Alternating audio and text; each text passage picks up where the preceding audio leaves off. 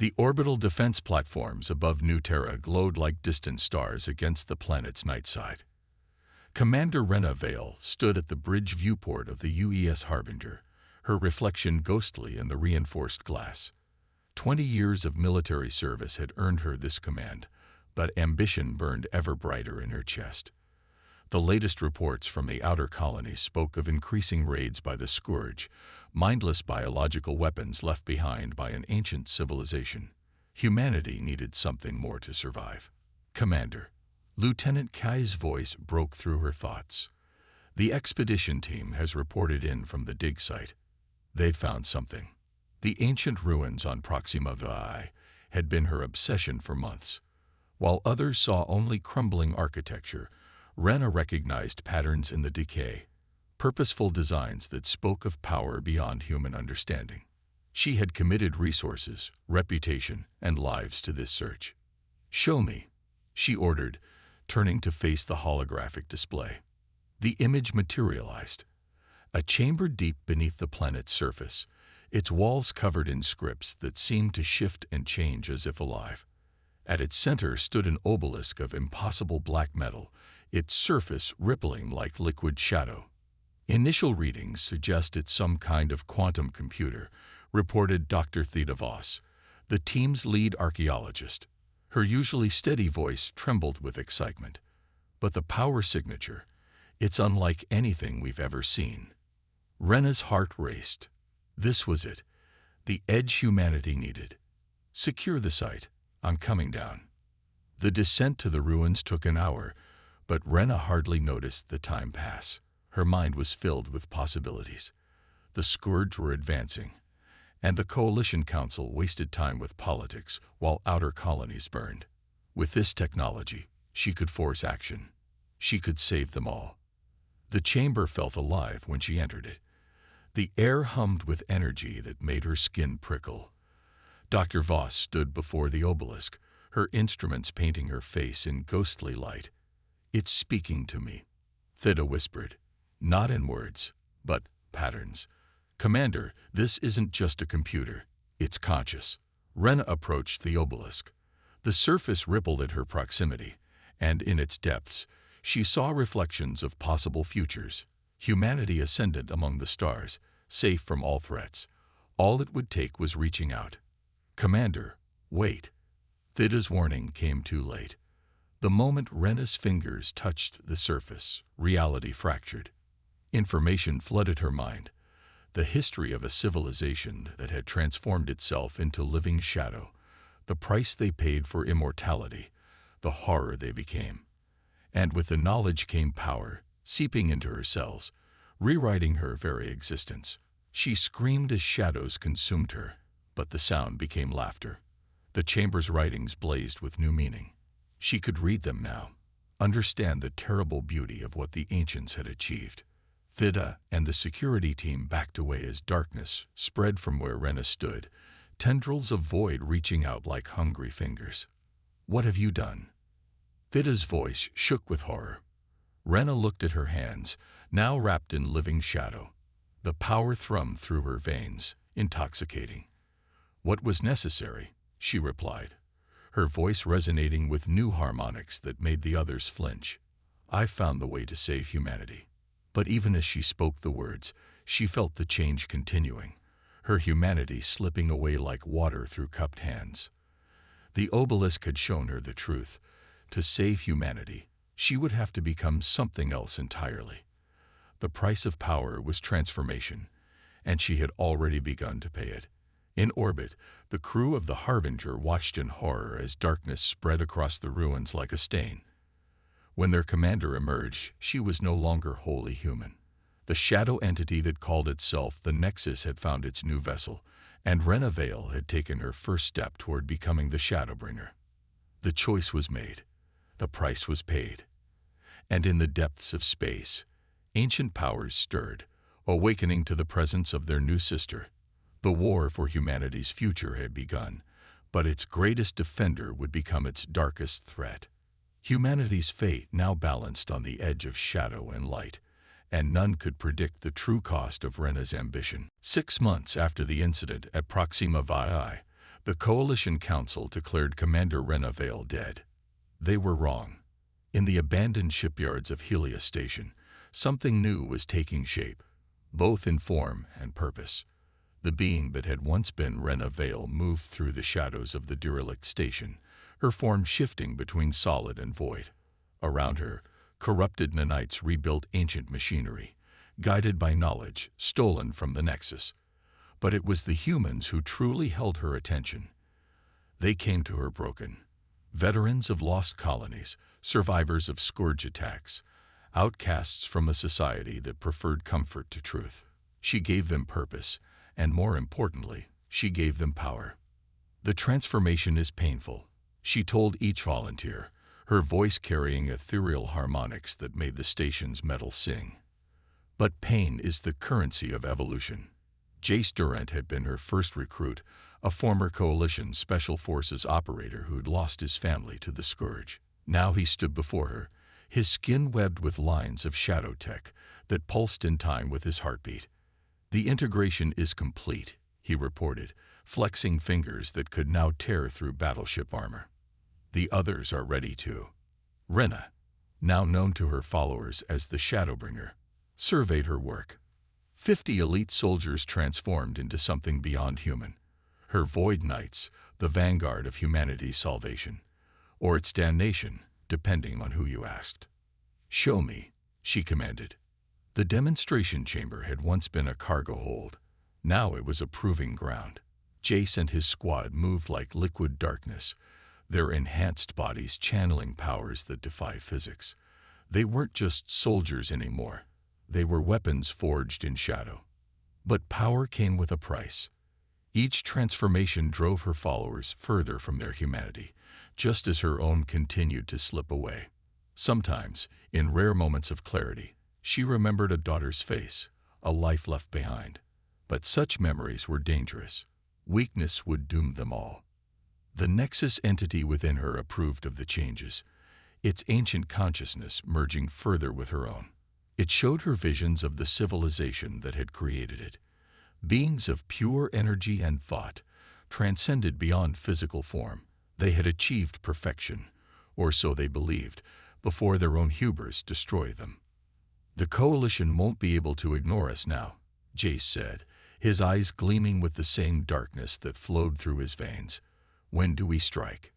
The Shadowbringer turned to the tactical display, where a holographic map showed Coalition space in glowing blue.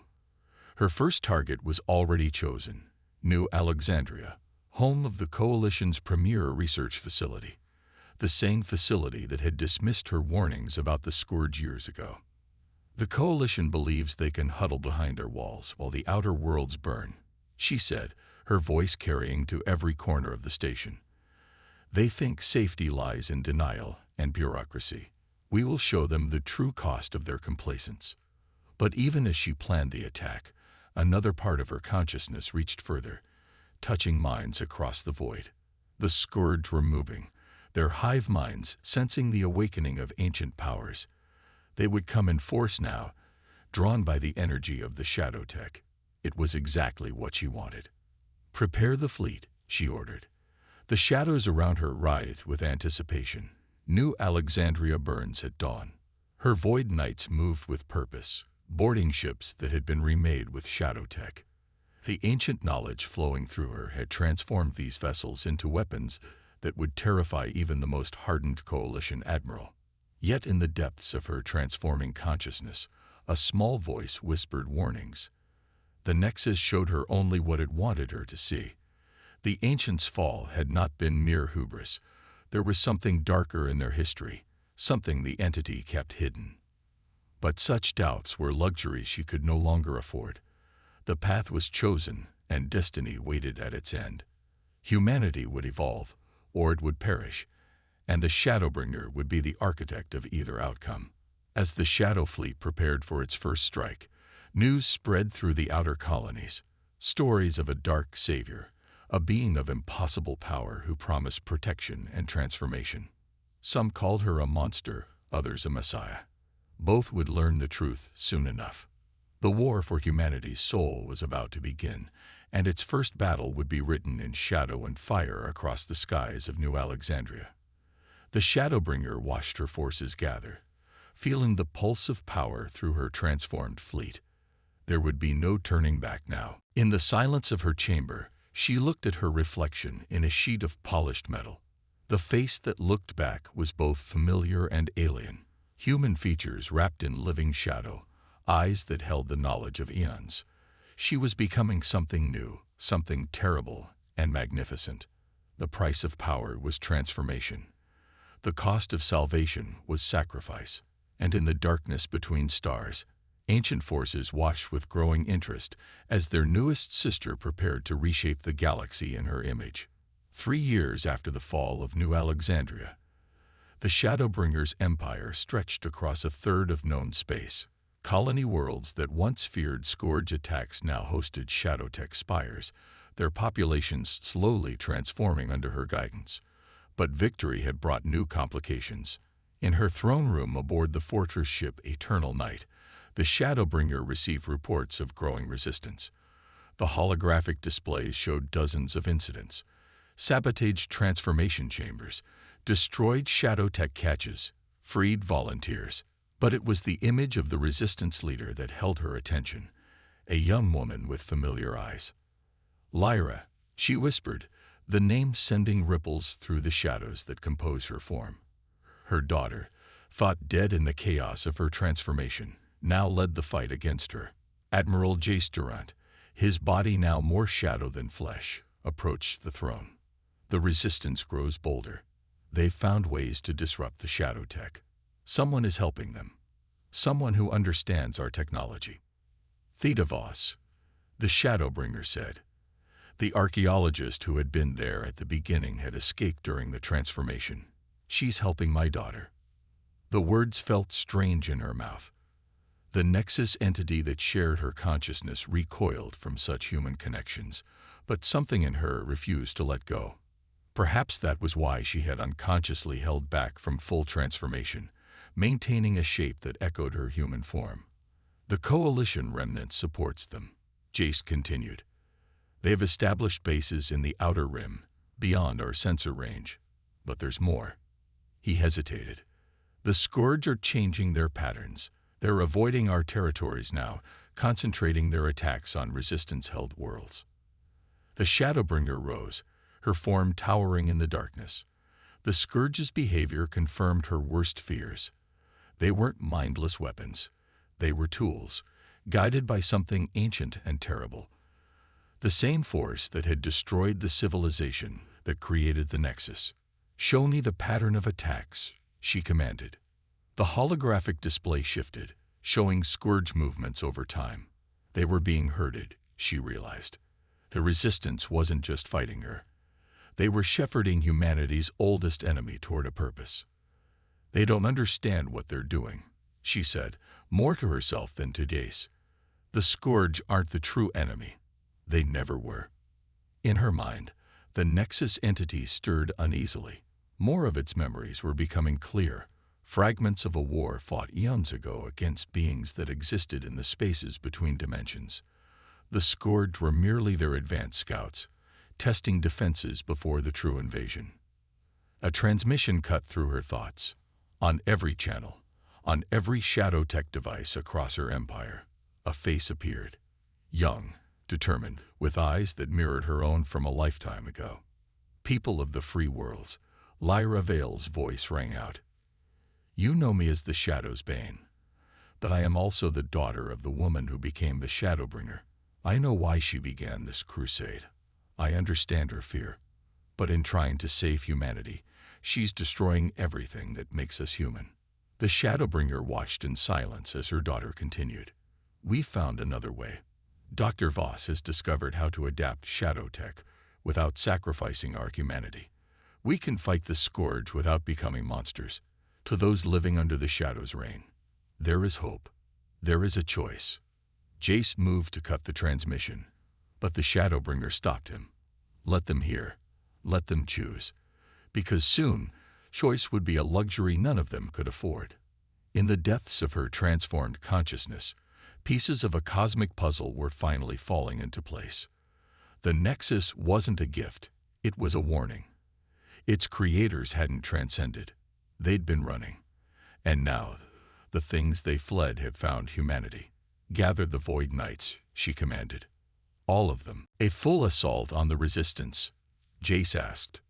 No. The Shadowbringer's form solidified, showing more of her original human appearance than she had in years. "It's time my daughter learned the truth. The real war hasn't even begun." As her orders spread through the Shadow Network, ancient sensors hidden in the void between stars began to activate. The barriers between dimensions were thinning. The Scourge were just the beginning. The question was no longer whether humanity would transform, but whether any form of existence would survive what was coming. And in the silence of her throne room, the Shadowbringer finally understood that her empire of night was built on a foundation of lies. The real enemy was waiting in the dark between stars, and it had been waiting for a very, very long time. The Resistance base on Meridian's moon hummed with activity. In a chamber deep beneath the surface, Lyra Vale studied the modified shadow tech coursing through her veins. Unlike her mother's version, this integration preserved humanity while granting power. Dr. Theta Voss had made sure of that. "The readings are stable," Theta said, her aged hands moving across holographic displays. "Your body has fully accepted the modified tech, but there's something else you need to see." The display shifted, showing astronomical data. Dimensional rifts were appearing throughout known space, concentrated around Scourge territory. Whatever was coming, it would arrive soon. "Your mother's forces are pulling back," reported Commander Nick Shao, Lyra's second in command. "They're abandoning outer colonies, consolidating around key systems. It doesn't make strategic sense. Unless you knew what was really coming." Lyra had spent years fighting the Shadowbringer's empire, but lately, the patterns had changed. The attacks seemed designed not to destroy the Resistance, but to push it in specific directions, like pieces being moved on a cosmic game board. "She's protecting us," Lyra realized. In her own twisted way, she's trying to save as many as she can. A shadow tech alert pulsed through the base. A single ship had appeared in orbit, the Eternal Knight. The Shadowbringer's flagship hung in space like a tear in reality. "She's alone," Nyx reported, checking sensors. "No Void Knights, no fleet. Just her." "It's time," Lyra said. The moment she both dreaded and longed for had arrived. The meeting place was neutral ground, an abandoned observation dome on the moon's surface. Lyra waited, her modified shadow tech responding to the approaching presence of its darker cousin. The Shadowbringer materialized from the darkness, her form more human than Lyra had seen in years. For a moment, she caught a glimpse of the mother she remembered. "You look like her," the Shadowbringer said softly. "Like I used to. Why are you here?" Lyra demanded, pushing aside the ache of recognition. "To show you the truth. The Nexus didn't just give me power, it gave me knowledge. Knowledge that drove its creators to flee across dimensions. They're called the Void Harmonics. They consume reality itself, breaking down the barriers between dimensions until everything collapses into chaos." Images flowed from the Shadowbringer's consciousness into Lyra's mind. Beams of impossible geometry, existing in multiple dimensions at once, their very presence warping the fabric of space-time. "The Scourge aren't weapons," the Shadowbringer continued. "They're probes, testing reality's defenses. When they find a universe vulnerable enough, the harmonics follow. They found us." Lyra absorbed the horror of what she was seeing. The shadow tech was the only defense its creators found. They transformed themselves to fight back, but it wasn't enough. They lost themselves in the process, became something almost as terrible as what they'd fought. "I thought I could find a better way." "And have you?" The Shadowbringer's form rippled with what might have been regret. "Not alone. Your modified shadow tech. It's the key. A way to gain the power we need without losing our humanity. But it won't be enough by itself." Warning sirens blared through the base. Above them, space itself began to tear. "They're here," the Shadowbringer said. "Sooner than I expected. The void harmonics have begun their incursion. Through the dome's transparent panels, they watched reality fracture.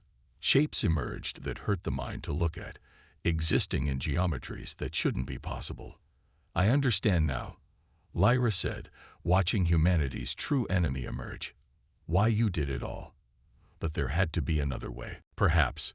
But we're out of time for what-ifs.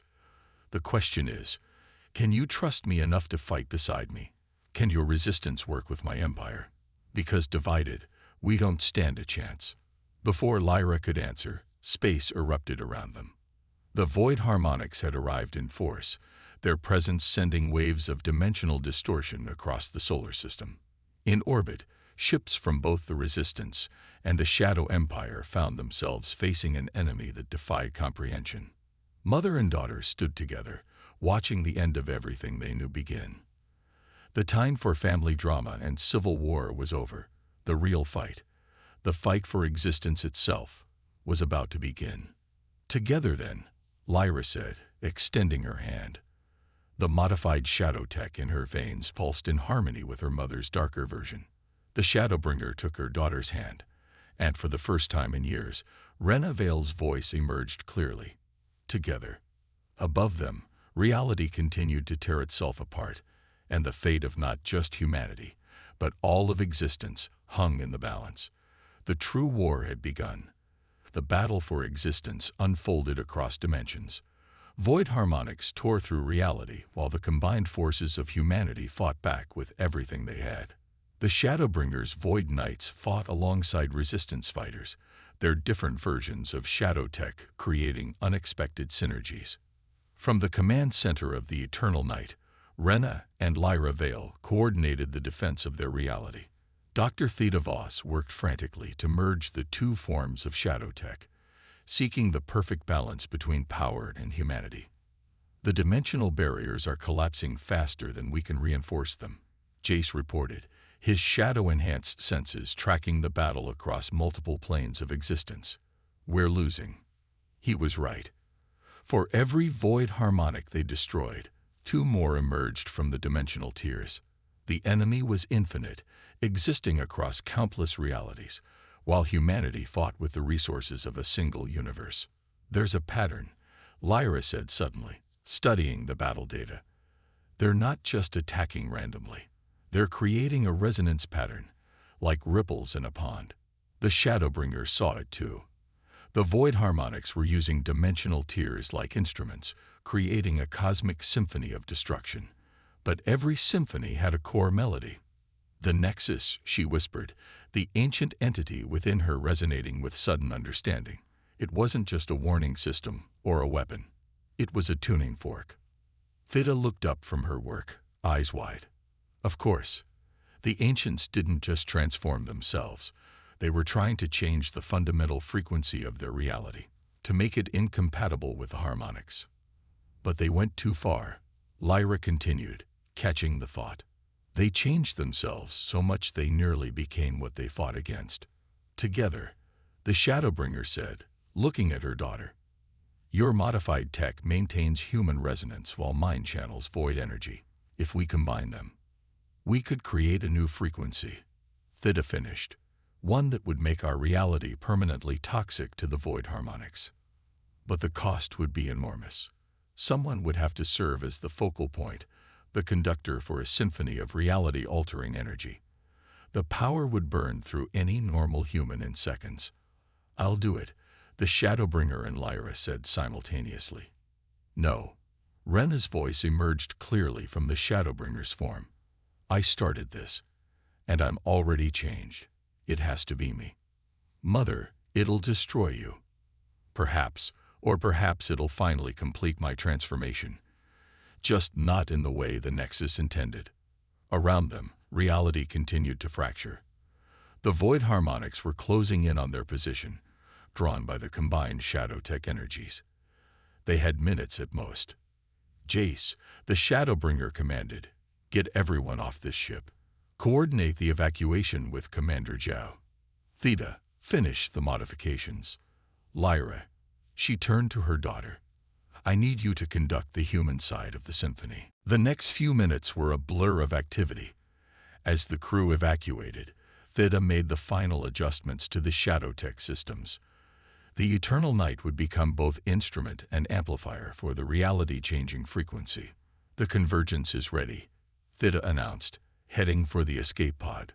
"Once it starts, you'll have maybe 30 seconds before the energy peaks." Finally, only mother and daughter remained on the bridge. Through the view screens, they could see the void harmonics approaching, vast, geometric shapes that hurt the mind to look at.